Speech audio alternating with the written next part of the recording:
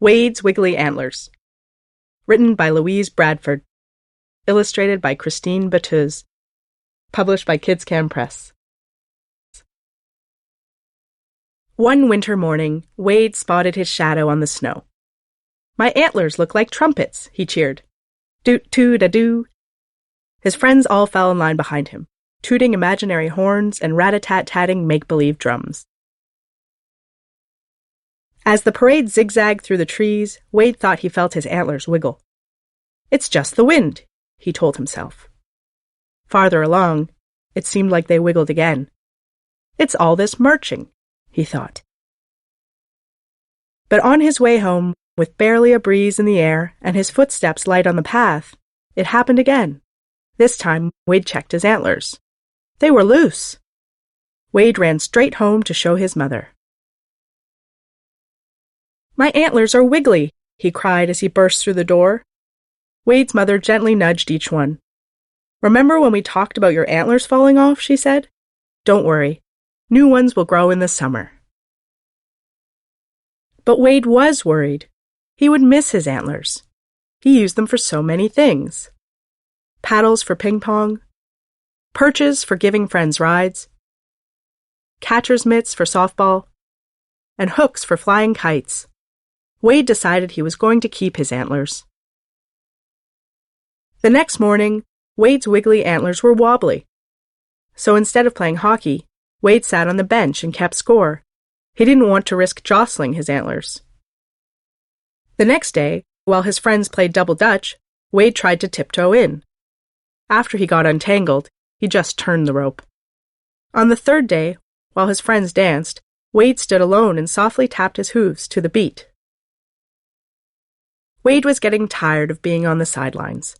So on the fourth day, he stayed home. It was a long day.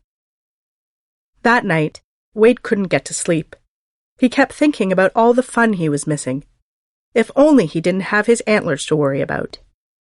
Suddenly, Wade realized it was time for his antlers to go. So he gave them a jiggle. Then he bounced on his bed.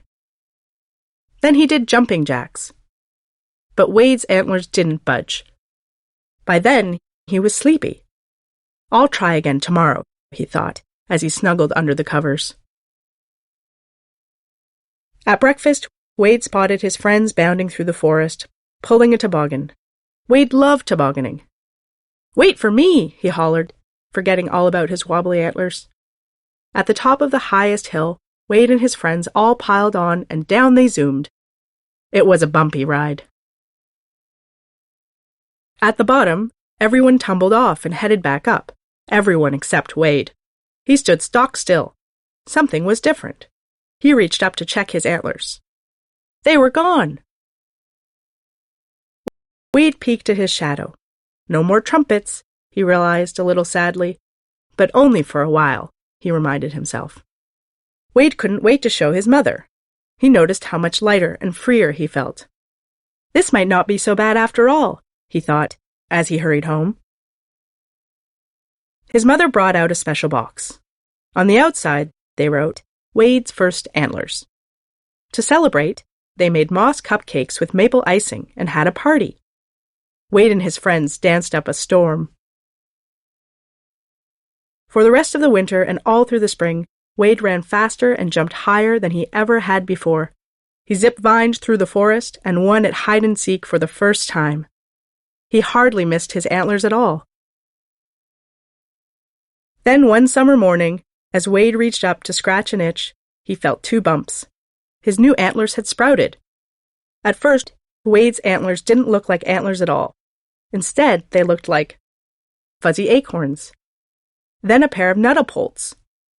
Then coat hooks. And by autumn, doot-toot-a-doo, bigger trumpets.